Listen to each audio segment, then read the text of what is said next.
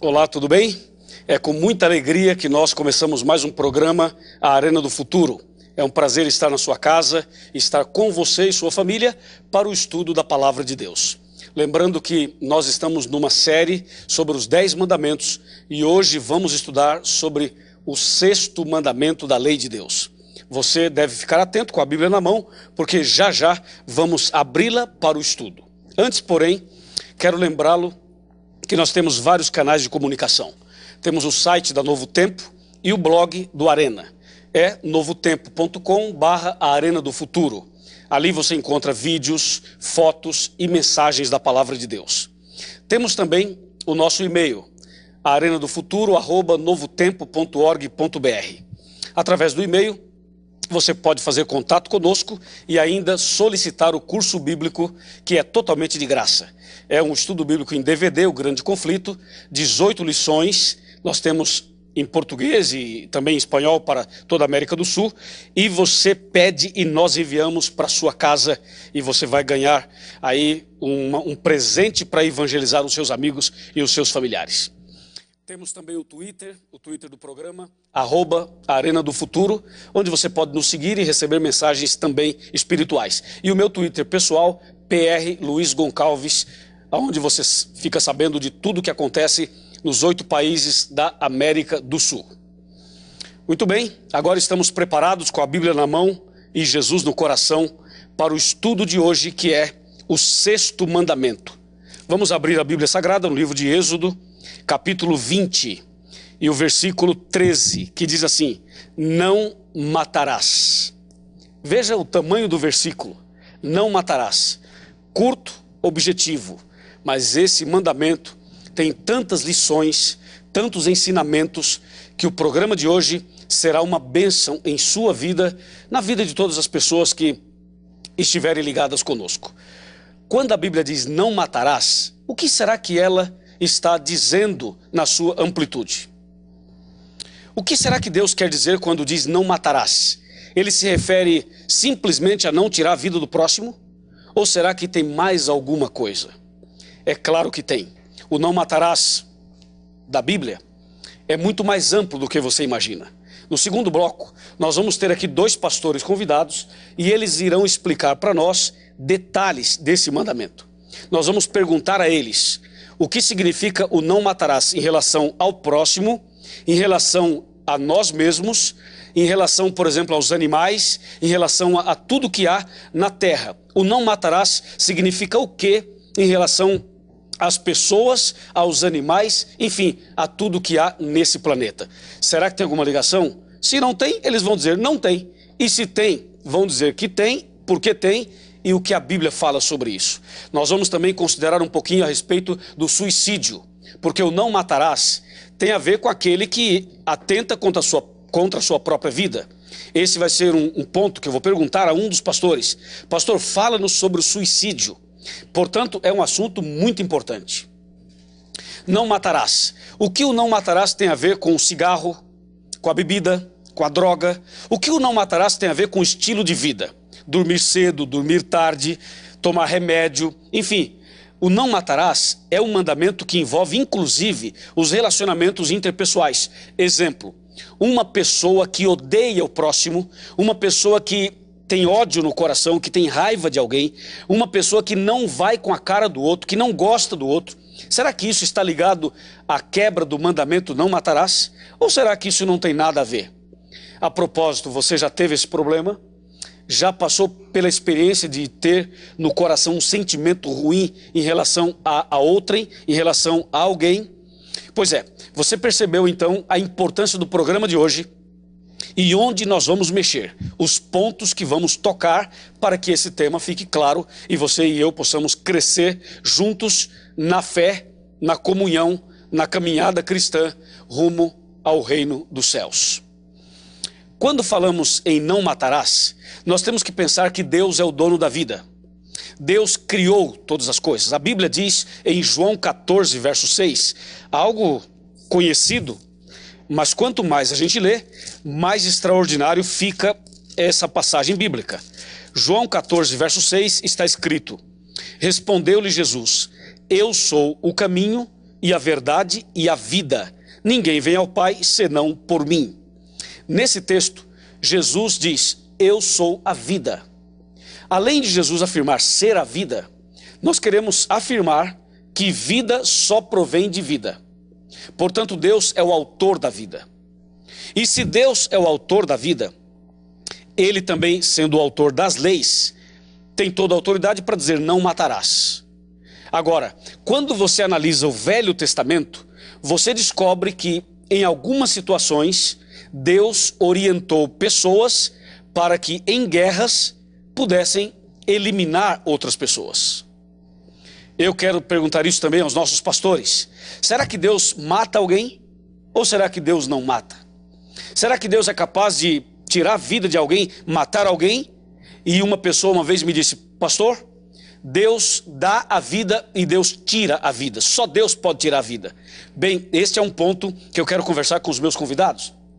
Eu vou jogar os dois aqui na arena e quero ver então como eles vão se sair diante desse assunto que é tão importante. A questão de que Jesus diz: eu sou a vida. Eu sou a vida.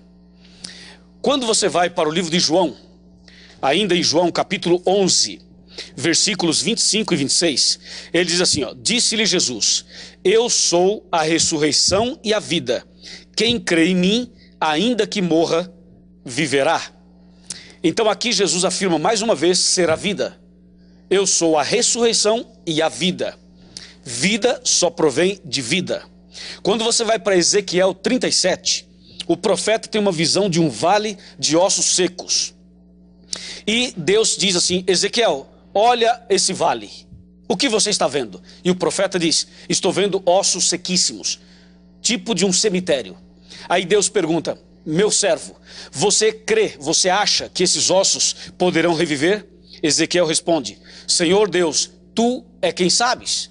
E Deus diz: vá até lá e profetize. Ezequiel foi e profetizou.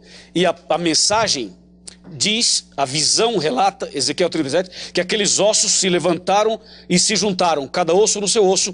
Depois ele profetiza de novo, vem a carne, profetiza novamente e vem o espírito, e aqueles ossos secos, aquelas pessoas mortas, elas ressuscitam, passam a ter vida. O que eu estou querendo dizer é o que está em 1 João. No livro de 1 João diz que quem tem Jesus, quem tem o Filho, tem a vida. E quem não tem o Filho, não tem a vida. Em outras palavras, vida só tem aquele que anda com Jesus.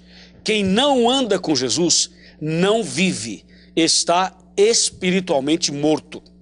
O que significa o não matarás em relação à morte espiritual? O que significa o não matarás em relação à morte física?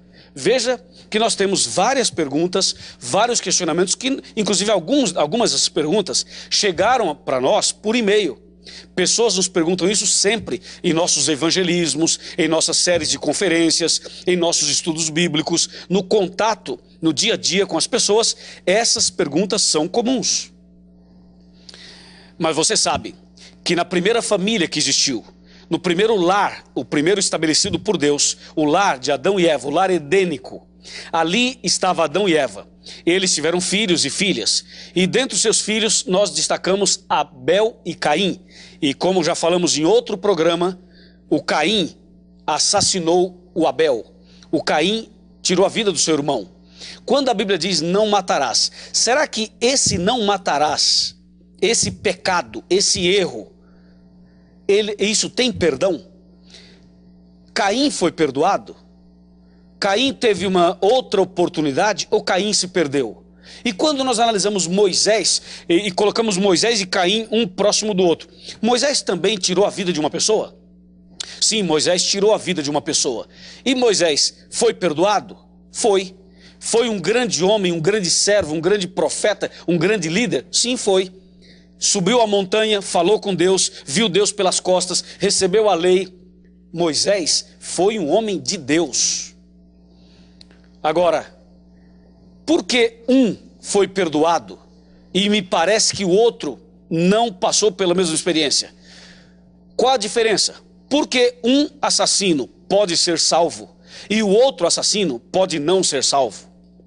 E mais, quando você vai para o Novo Testamento, para o livro de Atos, você encontra a história de Saulo e Estevão. Saulo era um perseguidor da igreja cristã e Estevão era um servo de Deus. Estevão foi apedrejado e o apedrejamento de Estevão estava intimamente ligado à ação direta de Saulo. Saulo participou do assassinato de Estevão e antes que Estevão morresse, Estevão orou e disse: Pai, não lhes imputes este pecado. E depois desse episódio, você sabe que Saulo teve um encontro com Jesus, se converteu e passou a ser Paulo, o grande apóstolo Paulo, que cheio do Espírito Santo fez uma grande obra, que escreveu vários livros da Bíblia e ficou tão famoso que até há um estado no Brasil que tem o nome dele, Estado de São Paulo. Bem, mas esse homem, antes de ser Paulo, ele participou da morte de um servo de Deus. Portanto, ele é considerado uma pessoa que no passado assassinou alguém. E como uma pessoa que assassinou um outro pode ter uma experiência tão rica como esse homem teve? A Bíblia fala: não matarás. Há solução, há saída para um assassino, há esperança para alguém que tirou a vida do outro, tem jeito de corrigir esse problema, é possível um milagre para mudar a vida de uma pessoa. Então, analisemos a história de Caim, a história de Moisés e a história de Saulo, relacionada a Estevão. Você vê na Bíblia, você percebe que existe um futuro glorioso, um futuro de esperança para pessoas que um dia tiraram a vida de outra pessoa, mas que também é possível que alguém que teve uma experiência de assassinar uma outra pessoa, é possível que não tenha mais oportunidades. Eu quero saber também isso dos meus convidados. Nós vamos debater esse assunto para que esse mandamento fique de uma vez por todas muito claro e você possa viver a partir de agora uma vida diferenciada, uma vida diferente do ponto de vista cristão e espiritual. Não matarás.